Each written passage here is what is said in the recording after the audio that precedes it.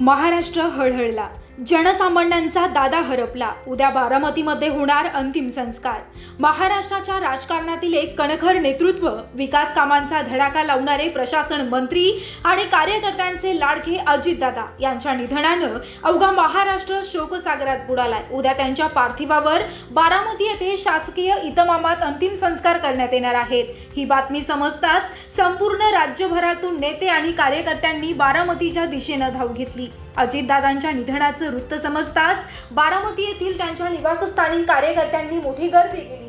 आपल्या लाडक्या नेत्याचं अंतिम दर्शन घेण्यासाठी राज्याच्या कानाकोपऱ्यातून कार्यकर्ते पोहोचत असून प्रत्येकाच्या डोळ्यामध्ये अश्रू आहेत. आमचा आधारवड गेला अशी भावना व्यक्त करत कार्यकर्ते सुन्न झाले. कुटुंबातील महत्त्वाचा आधार आणि राजकीय प्रवासातील खांदा सोबती गेल्यानं ज्येष्ठ नेते शरद पवार हे देखील तातडीनं बारामतीमध्ये दाखल झाले. पुतण्यापेक्षाही मुलाप्रमाणे ज्यांना सांभाळलं त्या अजितदादांच्या जाण्यानं पवार साहेब देखील भावुक झाल्याचं पाहायला मिळालं. संपूर्ण पवार कुटुंब सध्या या दुःखाच्या प्रसंगी एकवटलं आहे. अजितदादा शब्दाचा पक्का आणि कामाचा बाज. अजित पवार यांची राजकीय कारकीर्द ही केवळ पदे भोगण्याची नव्हती, तर ती लोकांची कामं करण्याची जिद्द होती. त्यांची काही वैशिष्ट्य जी कायम स्मरणात राहतील. त्यामध्ये सकाळी 6 वाजता कामाला सुरुवात करणारा हा नेता प्रशासनावर आपली घट्ट पकड ठेवून होता.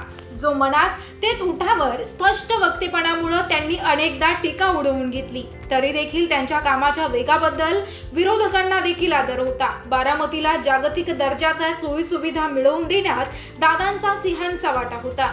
संकटाच्या काळात कार्यकर्त्यांच्या पाठीशी खंबीरपणे उभा राहणारा नेता म्हणून त्यांची ओळख होती. उद्या सकाळी 10 वाजेपासून पार्थिव अंतिम दर्शनासाठी ठेवण्यात येईल. दुपारी शासकीय इतमामात अंतिम संस्कार पार पडतील. दादा, तुमची शिस्त, तुमचा शब्द आणि तुमच्या कामाची धडाडी महाराष्ट्र कधीच विसरणार नाही.